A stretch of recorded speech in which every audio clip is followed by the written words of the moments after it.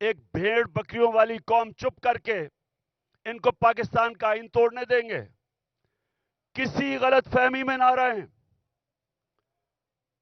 ساری قوم کا فیصلہ ہے کہ وہ پاکستان کے آئین کے ساتھ کھڑے ہیں.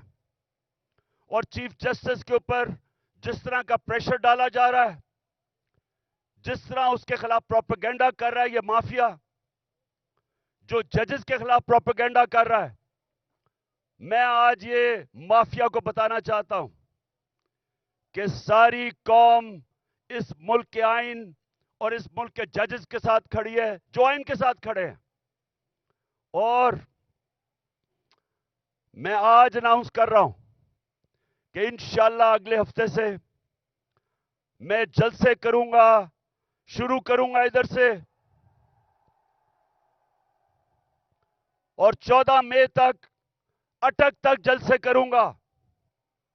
میں پبلک میں نکلوں گا، عوام کو تیار کروں گا، اور عوام کو تیار کروں گا کہ ہم کسی صورت یہ جو 2 کیئر ٹیکر پنجاب میں گورنمنٹ اور پختونخوا میں جن کا مدت ختم ہو چکی ہے، ان کی کوئی قانونی حیثیت نہیں ہے، ان کا جواز آج بالکل غیر قانونی ہے. تو ہم ڈیمانڈ کریں گے کہ ہمیں الیکشن دیے جائیں. پنجاب کا الیکشن اناؤنس ہو چکا ہے، اس کی کیمپین شروع کر رہا ہوں. پختونخوا کے لیے ہم ہائی کورٹ میں، ہم سپریم کورٹ میں جائیں گے. وہاں کے لوگوں کے لیے بھی الیکشن چاہتے ہیں، کیونکہ 70% پاکستان میں عوام کی کوئی نمائندگی نہیں ہے. ہمارا آئین پاکستان کا کہتا ہے کہ اللہ کی حاکمیت کے بعد عوام کے نمائندوں کی حاکمیت ہے. نہ اس وقت پختونخوا میں ہے اور نہ پنجاب میں ہے. اور میں آج ایک اور بات کہنا چاہتا ہوں کہ اگر یہ حکومت چلتی گئی، انہوں نے ملک کا دیوالیہ نکال دیا ہے، ملک کی تاریخ کی سب سے زیادہ مہنگائی کی ہے. آج 3 گنا مہنگائی ہے. جب جنرل باجوہ نے ہماری سازش کے تحت گورنمنٹ گرائی تھی، 1 سال میں 3 گنا مہنگائی ہے پاکستان میں. آج سن لو ذرا سارے پاکستانیوں، آپ کے بینک میں 1 سال پہلے جو 100 روپیہ تھا، آج وہ اس کی صرف خریدار کی قوت 62 روپیہ رہ گئی ہے. اور اگر جس کو کہتے ہیں، جو ہر انسان استعمال کرتا ہے، جس کو سینسٹو پرائس انڈیکس کہتے ہیں، اس میں اگر 100 روپیہ تھا تو آج صرف 52 روپے رہ گئے. یعنی کہ تقریباً آدھا پیسہ ہو گیا آپ کا 1 سال کے اندر، جب سے یہ امپورٹڈ کرپٹ لوگوں کی حکومت آئی ہے، این آر او والی حکومت آئی ہے. تو جب انہوں نے ملک کا دیوالیہ نکال دیا، تاریخی قرضے لے لیے، مہنگائی میں لوگ ڈوب رہے ہیں، فیکٹریاں، انڈسٹری بند ہو رہی ہے، بے روزگاری بڑھ رہی ہے، اور اس کے علاوہ دنیا میں پاکستان ذلیل ہو رہا ہے. جو بلاول بھٹو ہندوستان گیا ہے، جس طرح کا وہاں رویہ ہندوستان کے فارن منسٹر کا تھا، یہ ہم سب کے لیے شرمندگی کا باعث ہے. سوال یہ پوچھتے ہیں کہ ساری دنیا کے چکر لگا رہے ہو بلاول بھٹو، پہلے بتاؤ جانے سے پہلے آپ یہ کسی سے پوچھتے ہیں کہ جب آپ ایک ملک کا پیسہ خرچ کر رہے ہیں، ڈالر خرچ کر رہے ہیں ٹرپس پہ، تو اس کا فائدہ اور نقصان کیا ہوگا؟ کیا فائدہ ہوا آپ کو ہندوستان میں جا کے جس طرح کا اس نے زبان استعمال کی ہے؟ اور میں آج ہندوستان کے فارن منسٹر کو بھی کہنا چاہتا ہوں کہ کیا آپ میں کوئی تہذیب نہیں؟ کیا آپ میں کوئی ایٹیکیٹ نہیں کہ ہمارے آپ کے ملک میں ایک مہمان آتا ہے، یا تو اس کو بلائیں نا، لیکن بلا کے اس طرح ذلیل کرنا یہ ہندوستان پہ ریفلیکٹ کر رہا ہے. یہ آپ کا جو تکبر ہے، میں نے یہ جو تکبر آپ میں دیکھ رہا ہوں، یہ یاد رکھیں کہ اللہ کا قانون ہے کہ جو طاقتور ہے وہ ہمیشہ طاقتور نہیں رہتا، اور جو کمزور ہے وہ کمزور بھی ہر باری نہیں، ہر وقت نہیں رہتا.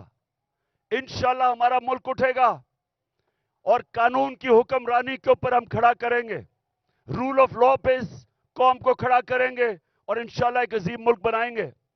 لیکن اس سے پہلے ملک میں الیکشن کی ضرورت ہے.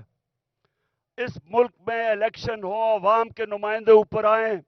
یہ جو گھس بیٹھی ہے سازش کے تحت، پیسے چوری کے پیسے سے لوگوں کو خرید کے، اور یہ جو اوپر آ کے بیٹھے ہیں، یہ جب تک ہے ملک نیچے جاتا رہے گا.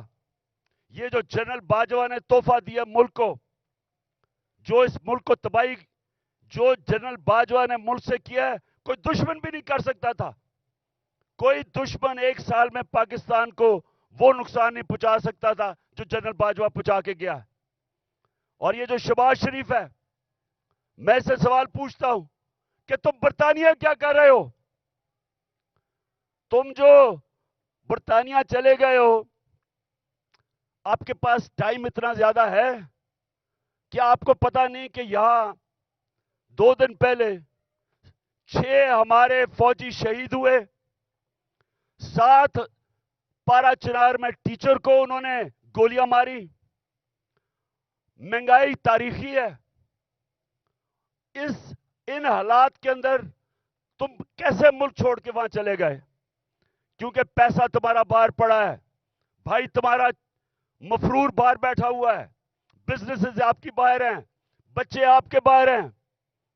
آپ کی بزنسز، بچے، آپ کے علاج، سب کچھ ملک سے باہر ہے. تو ملک صرف پیسہ بنانے کے لیے آتے ہیں. اس لیے میں سارے پاکستانیوں کو آج کہہ رہا ہوں کہ دیکھیں، اب جو آج پاکستان میں حالات ہیں، یہ سمجھ جائیں کہ قوم کا وقت آ گیا ہے کہ باہر نکلنے کا. میں نکل رہا ہوں، جان کو خطرہ ہے. 2 دفعہ میرے اوپر قاتلانہ حملے مارنے کی کوشش کی گئی. میں نام لیتا ہوں، دونوں دفعہ ان کے پیچھے جنرل فیصل نصیر تھا.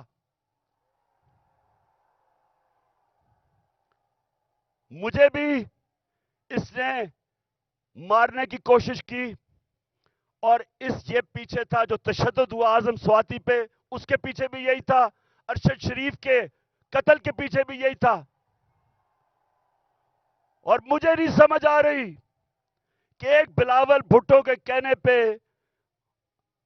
جنرل باجوہ نے کراچی کے اندر ایک sector incharge I S I کا تبدیل کر دیا. ہم یہاں 1 سال 8 مہینے سے اس آدمی کا ظلم سہ رہے ہیں. کیوں نہیں اوپر خبر جا رہی کہ جناب یہ ملک کو نقصان پہنچ رہا ہے، یہ جو حرکتیں کر رہا ہے یہ کوئی آدمی نہیں کر سکتا جو اس ملک سے پیار کرتا ہے. ہمیں ایسے کیا جا رہا ہے جس طرح ہم کوئی دشمن ہے. تو میں آج کہہ رہا ہوں کہ یہ آگے کچھ ہوا، میں نکلنے لگا ہوں. میں جلسے کروں گا اگلے ہفتے سے 14 مئی تک، میں جلسے کروں گا. کچھ مجھے ہوا، ساری قوم کو کہہ رہا ہوں کہ جنرل فیصل نصیر کا نام یاد رکھ لو، یہ ذمہ دار ہوگا. اور میری قوم، جس طرح آج آپ سارے نکلے ہیں گاؤں میں، محلوں میں، جس طرح اپنے اپنے آئین کے ساتھ کھڑے ہوئے ہیں، اور جو چیف جسٹس آئین کے ساتھ کھڑا ہے جس طرح اس کے ساتھ کھڑے ہوئے ہیں، میں آج آپ کو سلام پیش کرتا ہوں. آپ ایک زندہ قوم بن گئے ہیں. یہ یاد رکھیں گے، جب ایک قوم کا آئین گیا، اس کا مطلب اس کا قانون گیا، اس کا مطلب اس کا انصاف کا نظام گیا، اس کا مطلب کہ رول آف لا گیا، اور اس کا سب سے بڑا مطلب کہ اس قوم کی آزادی گئی. وہ قوم غلام بن گئی. وہ قوم جنگل کے قانون میں طاقت کی حکمرانی کی وجہ سے طاقتور کی غلامی کرتی ہے. تو یہ ہماری یہ سیاست نہیں ہو رہی. آزادی کے لیے سیاست نہیں کرتا. آزادی کے لیے جہاد ہوتی ہے. یہ ہم جہاد لڑ رہے ہیں.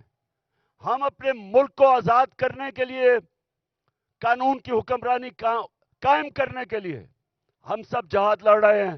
اور آپ نے اب میرے ساتھ چل رہے ہیں. میں اب نکلنے لگا ہوں, اور انشاءاللہ ہم تب تک سانس نہیں لیں گے جب تک الیکشن کروا کے اس ملک کو ہم آزاد نہیں کرتے. پاکستان زندہ باد.